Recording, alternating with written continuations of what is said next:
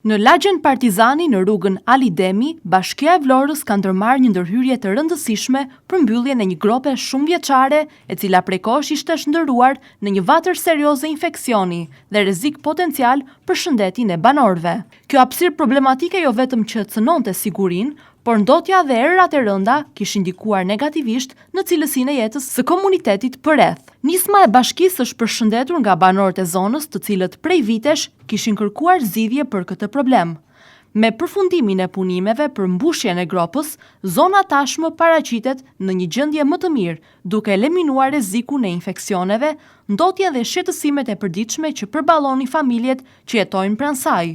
Megjithatë, ndërhyrja nuk përfundon me kaq. Aktualisht, shqetësim mbetet balta e krijuar mbas punimeve, e cila kërkon sistemim të mëtejshëm.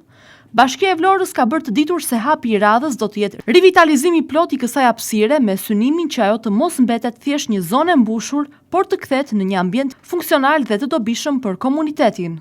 Sipas premtimeve të institucioneve vendore, kjo hapësirë pritet të transformohet në një mjedis të gjelbëruar, me mbjellje pemësh, gjelbërim dekorativ dhe mundësi për krijimin e hapësirave çlodhëse për banorët e lagjes. Një projekt i tillë do t'i jap komunitetit një vend të përshtatshëm për qëndrime në natyrë, për fëmijët që të luajnë dhe për të moshuarit që të kalojnë kohën e lirë në kushte më të mira.